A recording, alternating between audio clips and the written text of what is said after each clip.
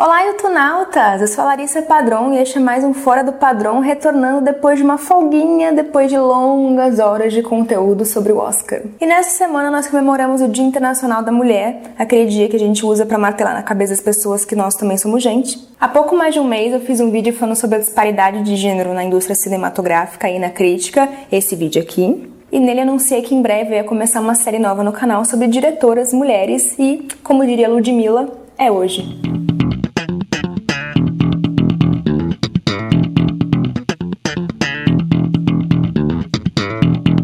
Hoje eu estreio a Feminista, porque eu continuo péssima pra pensar em nomes de séries. Uma série na qual eu indico pra vocês, uma vez por mês, um filme dirigido por uma diretora, assim como contextualizo a carreira e a obra dessa diretora pra vocês. E para estrear, eu já falar de uma das diretoras mais cotadas no momento, a americana Ava DuVernay. E o filme escolhido é o documentário 13ª Emenda, que foi indicado ao Oscar de documentário neste ano e tá disponível na Netflix pra todo mundo ver. Essa série é inspirada na campanha 52 Films by Women, promovida pelo site Women in Film, que é uma campanha maravilhosa que estimula o público a assistir uma vez por semana um filme dirigido por uma diretora. Isso durante um ano, o que dá 52 filmes. Eu vou deixar o link na descrição, mas nesse site você pode se comprometer com a campanha e ter um monte de indicações de milhares e milhares de filmes dirigidos por mulheres que você pode assistir. Eu sou uma pessoa completamente indisciplinada. Toda vez que eu tentei começar essa campanha, eu falhei. Mas pelo menos uma vez por mês eu consigo não só assistir, como contextualizar, pesquisar e trazer pra vocês mais informações sobre ele. Mas eu vou tentar mais de uma vez por mês. E aí eu prevejo a galera do nossa, mas pra que isso? A gente quer ver filme bom, independente de quem dirige, de qual gênero.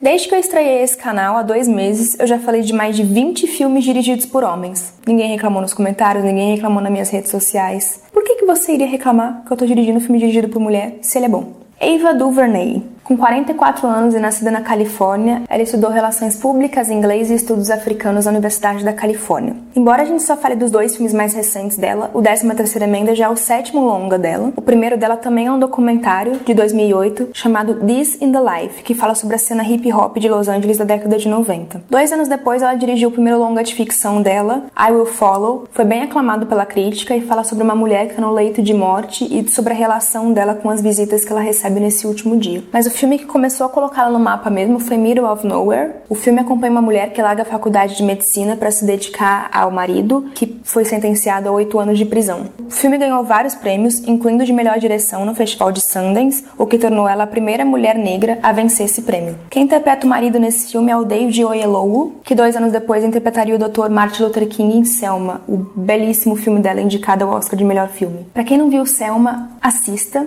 Ele é um filme honesto, ele não esconde os podres do Martin Luther King, mas ele dói de tão eficiente que ele é para mostrar que a causa é maior do que a pessoa. A cena do massacre que acontece na travessia de Selma, ela é muito bem montada e muito bem pensada para fazer você sentir aquele sofrimento que é muito necessário. Selma foi indicada a 4 Globos de Ouro e 2 Oscars, mas uma das maiores injustiças da academia, ela não foi indicada ao prêmio de direção. Absurdo, principalmente se você considerar que O Jogo da Imitação, um filme bem medíocre, teve seu diretor indicado. E com isso ela seria a primeira diretora negra indicada, algo que nunca ocorreu. Mas ela foi a primeira indicada a um Globo de Ouro e até um longa indicado ao Oscar de melhor filme. Mas o filme não ganhou nenhum desses prêmios. Tanto no Globo de Ouro quanto no Oscar, ele apenas ganhou a melhor canção por Glory, que realmente foi merecidíssimo, porque foi uma das melhores apresentações musicais que eu já vi no Oscar. Na TV ela tem um trabalho bem significativo também. Ela produziu alguns filmes feitos para TV e ela dirigiu um episódio de Scandal. Mais recentemente, ela criou, escreveu, foi produtora executiva e dirigiu 2 episódios de Queen Sugar. A Ava recentemente também bateu um outro recorde foda. Ela foi contratada pela Disney para dirigir Uma Dobra no Tempo. E com isso ela se torna a primeira diretora negra a receber um orçamento acima de 100 milhões de dólares para dirigir um filme live action. Como se isso tudo não fosse suficiente, a Ava também é fundadora do African American Film Releasing Movement, um coletivo que tem o objetivo de difundir o trabalho de diretores negros e diretoras mulheres. Eu vou deixar um link do site da Ava na descrição para você saber mais sobre os filmes que ela dirigiu e sobre o trabalho da Array. Mas eu escolhi focar especificamente no 13ª Emenda, que é um documentário original do Netflix, que é dirigido, escrito e produzido por ela. E não apenas porque ele está em destaque no momento, porque ele foi indicado ao Oscar, mas porque eu acho que ele tem um papel social muito importante. E como eu falei no primeiro primeiro vídeo desse canal, eu acho que isso é algo muito bacana que o cinema traz de discussão. É quando a gente consegue contextualizar ele na sociedade que a gente vive e consegue trazer essas discussões para o nosso dia a dia. O filme se apoia na 13ª emenda da Constituição dos Estados Unidos, que torna inconstitucional manter alguém como escravo, mas ao mesmo tempo diz: ninguém pode ser mantido como escravo ou praticar servidão involuntária, a não ser que seja por punição de crime. E o filme mostra como esse "a não ser que" foi usada como brecha imediatamente a partir do momento que a emenda foi instituída. E até hoje eles usam essa brecha para institucionalizar a escravidão, que apenas mudou sua forma, mas ainda acontece muito frequentemente hoje em dia. Logo quando a cláusula foi instituída, com o fim da escravidão e da guerra civil, a economia do sul do país estava despedaçada e eles utilizaram essa brecha na lei para prender pessoas, principalmente negros, por qualquer motivo imbecil, para forçar as pessoas a trabalhar gratuitamente para reconstruir os estados. E é muito legal que o filme mostra como produtos culturais contribuíram para essa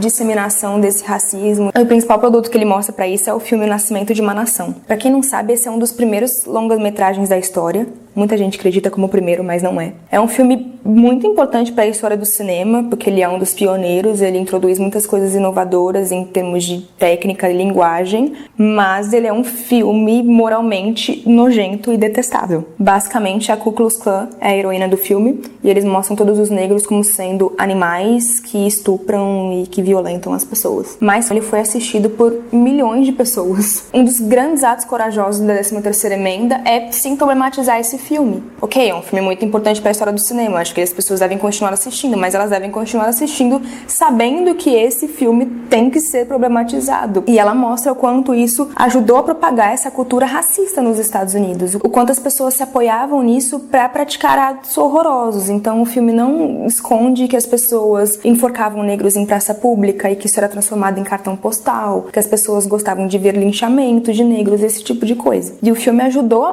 promover a Ku Klux Klan como heróis. E com esse terror todo acontecendo, com o surgimento da Ku Klux Klan, com as perseguições, com os linchamentos, os negros começaram a migrar para outras partes do país para fugir mesmo, de medo. Ainda bem que isso acabou, né? Gente migrando por medo de alguma coisa acontecendo e as pessoas tratando isso como um problema de segurança nacional. E nessa época começaram a surgir os movimentos sociais e o governo imediatamente já começou a taxar eles de violentos e a reprimir eles, e aí surgiu todo aquele discurso de lei e ordem do Nixon. E é muito interessante como o filme mostra que esse discurso de lei e ordem sempre foi usado para a repressão do povo negro, e ele é usado até hoje pelo governo Trump. E essa expressão lei e ordem mais ou menos significava do vamos prender mais gente, que tá pouco, porque a gente precisa garantir a segurança dos brancos. Na mesma época começou a tal da guerra contra as drogas nos Estados Unidos. Mas claro que isso também foi definido por raça. A guerra contra as drogas era muito mais pesada contra o crack, que é uma droga mais utilizada pelo povo mais pobre, do que com a cocaína, que é uma droga de gente branca. Mas foi nessa guerra contra as drogas que ficou muito forte no governo Reagan e começou um discurso de vilanização dos negros pela mídia. Então a mídia naquela época explorava muito crimes cometidos por negros e eles ficavam explorando e tornando um espetáculo em volta daquilo para tornar aquilo bárbaro. Ainda bem que não existe narrativa manipulativa na mídia brasileira, não é mesmo?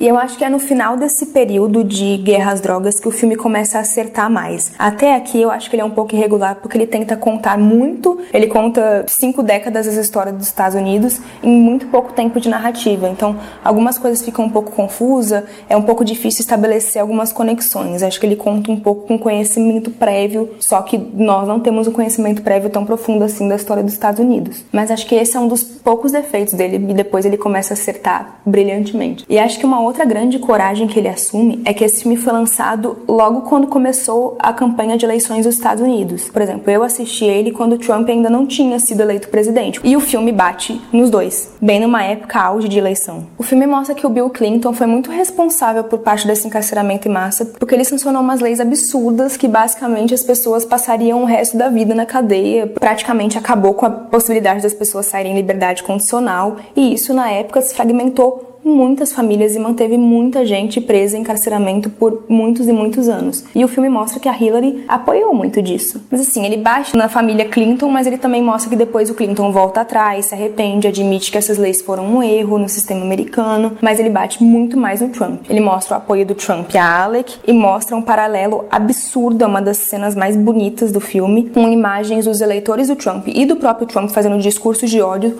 muito semelhante ao que acontecia na época auge das segregação, no qual as pessoas faziam discursos muito odiosos. É muito assustador que eles pegam um discurso do Trump que era muito parecido com os discursos Lei e Ordem do Nixon, no qual ele falando que nos bons tempos as pessoas eram reprimidas e elas sabiam que elas não poderiam protestar de novo, e ao mesmo tempo eles mostram pessoas naquela época sendo brutalmente massacradas em protestos e mostram as pessoas hoje sofrendo o mesmo tipo de violência. É bem chocante isso, é bem triste a gente perceber o quanto tá havendo um retrocesso. Mas o mais assustador, e acho que o foco do filme é mostrar que prisão é negócio nos Estados Unidos. E para isso é muito importante que ele te conte o que é a ALEC. A ALEC é um grupo que une corporações, lobistas e políticos, senadores, deputados, a maioria deles republicanos, óbvio, para criar leis. Mas empresas deveriam criar leis? Isso não é conflituoso com o princípio de que leis deveriam proteger civis, inclusive de empresas, às vezes? E uma das empresas que fazia parte da ALEC é a CCA,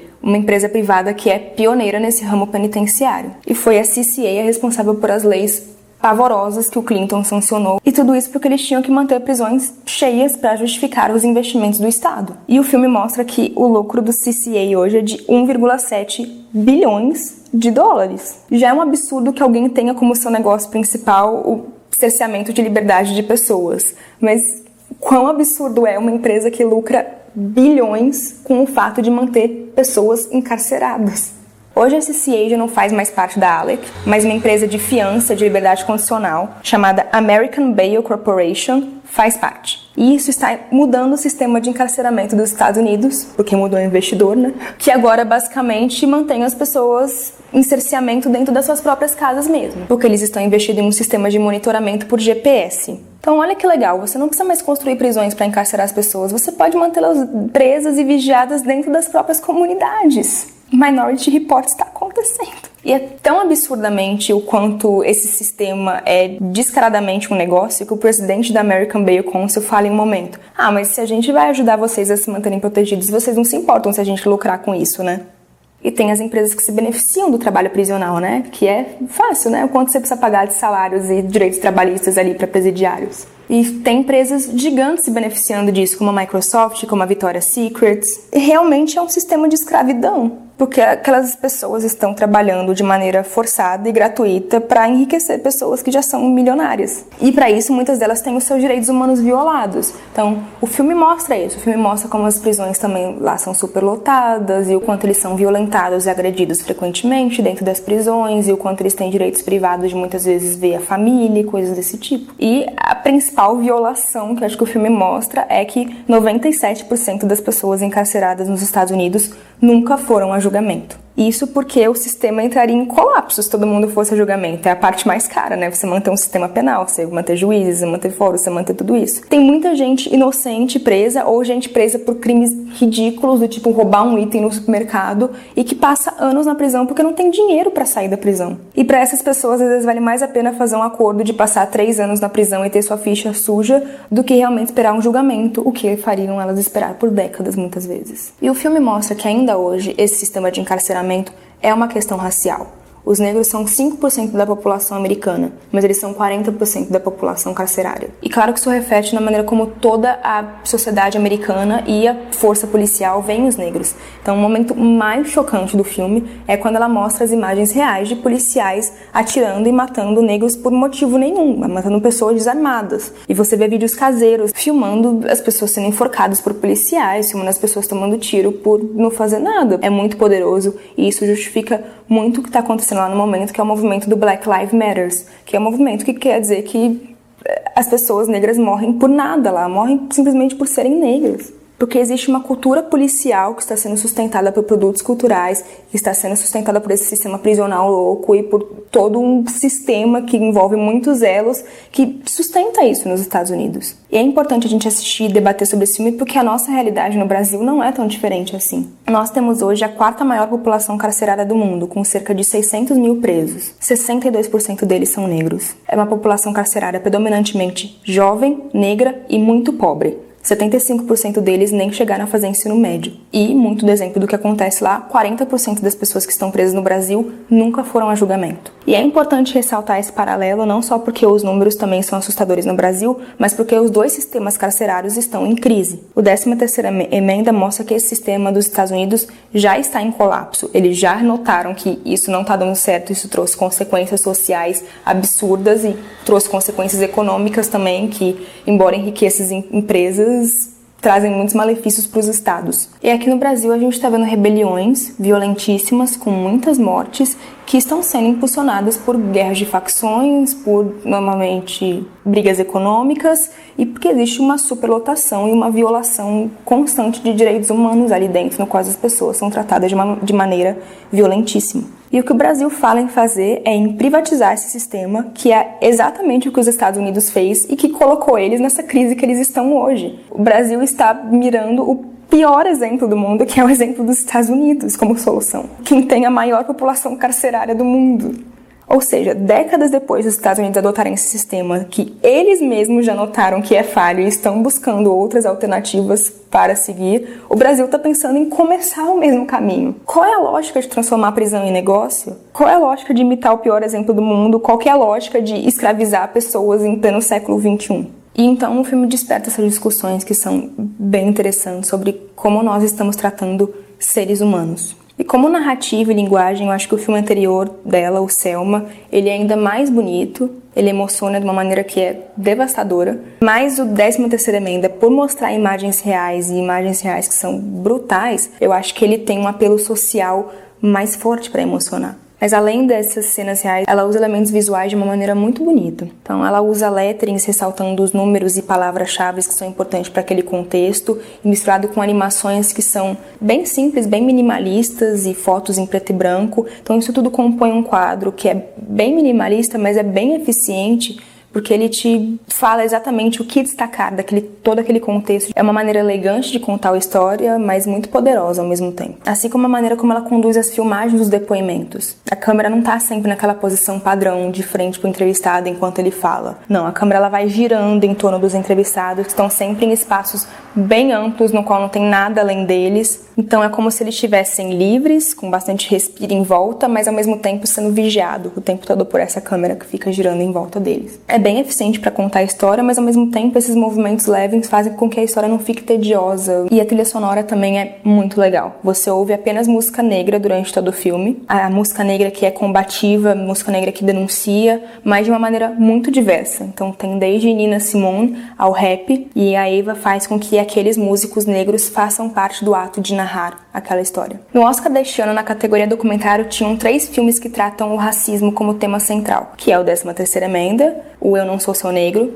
que eu não consegui assistir ainda, e o O.J. Made in America, que foi o vencedor e que eu assisti. Eu acho que tem muita gente tentando comparar qual que é o melhor deles, e acho que esse é o lado ruim de premiações, dessa competição, mas eu acho que a gente deveria ficar feliz com esse momento histórico, sabe? Porque são 3 filmes muito marcantes, que trazem discussões muito importantes de uma maneira completamente de narrar. Particularmente, eu gostaria muito de ter visto 13ª emenda levar. Eu acho que o O.J. é um documentário mais ambicioso que eu já vi na vida, ele fala muita coisa em um filme só, mas acho que como linguagem, a 13ª emenda faz um trabalho cinematográfico mais interessante, que destaca mais aos olhos, e é impressionante porque ele teve que fazer tudo em 100 minutos, que é o tempo dele, ele foi bem conciso. Acho que o filme poderia ter uma meia horinha a mais para contextualizar melhor essa parte do começo, que é muita informação em pouco tempo, mas tem uma entrevista dela para Oprah, que ela explica que ela cravou como tempo limite 100 minutos para não ficar um filme tedioso, maçante, cansativo. Aliás, essa entrevista dela pra Oprah tem na Netflix também, tem menos de 40 minutos e eu recomendo porque é bem legal, não só para você ver a opinião dela sobre o que acontece, esse sistema de encarceramento em massa, mas para você entender realmente como documentários são feitos. Ela fala do documentário como esse processo de investigação, que a história vai te levando a partir de um argumento inicial. E o legal de assistir esses materiais extras também é que eles sempre te despertam os olhos para alguma coisa que você não tinha reparado. Ela fala, por exemplo, que os cenários no qual as entrevistas acontecem, que são bem bonitos, todos eles lembram trabalho de alguma forma. Então são os tijolos, aço, ferro, sempre tem essa ideia de trabalho manual de fundo. E eu não tinha reparado isso, só assistindo o documentário. Mas quando ela falou, eu percebi realmente algo muito legal. Então eu recomendo a entrevista também, eu vou deixar o link para os dois, o filme e a entrevista na descrição do vídeo. Espero que vocês tenham gostado do quadro novo e me ajudem. Me digam quais diretoras vocês querem ver retratada nos próximos programas. Eu vou sempre anunciar o filme e a diretora escolhida com antecedência nas minhas redes sociais, para você poder assistir também e conversar junto comigo sobre o filme enquanto eu vou falando. Inclusive, eu tô pensando em fazer isso com todos os meus programas, falar com antecedência qual vai ser o tema para vocês poderem assistindo os filmes e se inteirando sobre ele antes, pra gente ficar na mesma sintonia. Caso ainda não seja inscrito nesse canal, se inscreva, aperte o sininho que fica do lado do botão inscreva-se para ser avisado quando tiver vídeo novo. Mas estou aqui toda quinta-feira e volto sempre.